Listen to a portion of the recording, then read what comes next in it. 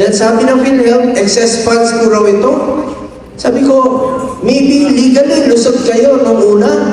Pero that is very immoral. Morally unacceptable po sa akin.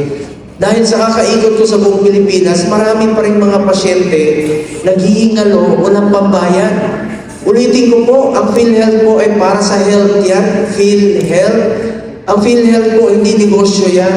Dapat po ay meron tayong insurance na masasandalan po ang ating mga kababayan tuwing tayo po ay nagkakasakit. Paulit-ulit ko nga po sinasabi, ang PhilHealth po ay para sa health.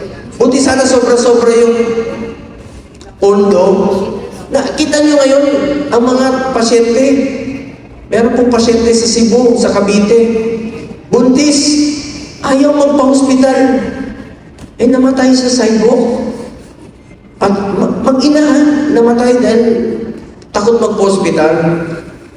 We are very, very far yet from the full implementation of the universal health care.